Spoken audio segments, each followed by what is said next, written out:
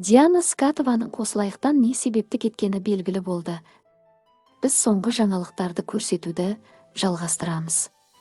Бірнеше аптадан бері Диана ханымның эфирге шықпай, еш нәрсе айтпай жобадан шығып кеткені көптеген пікірталасқа себеп болды.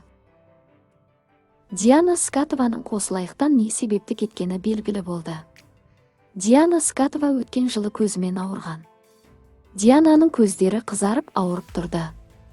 Бұл Диананың эфирге шығуын, шырақтар және камералармен жұмыс істеуін қиындатқан. Нәтижесінде Диана былтыр көзіне линза салған. Өткен маусымның соңында Диананың Instagram парақшаларындағы суреттері қара көзілдірікпен болды. Оның басты себебі көзі. Осы аптада Диананың көзіне ота жасалды. Көпшілік Диананың көзіне жасалған ота блефаропластика деп ойлады.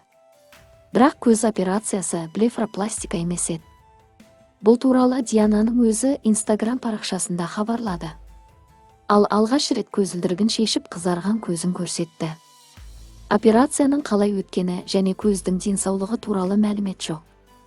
Әлеуметтік желі қолданушылары Диананың көзіне таң қалды. Желі қолданушылары көзінің тезірек қалпына келуін тілеп жазып жатыр. Бұдан не көруге болады? Диана ханым көзінен линзаны алып тастады. Және операция процесі. Бұл камерамен жұмыс істеуге және тікелей эфирге мүмкіндік бермейді.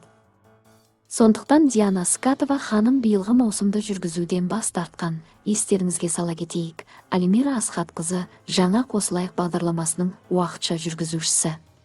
Диана сауығып кеткен соң эфирге оралуы әзірге белгісіз. Бірақ желідегі қауесеттерге қарағанда Анна ханым немесе Аша Матай ханым келеді деп жатыр. Кім келсе де әр жүргізушінің орны бөлек.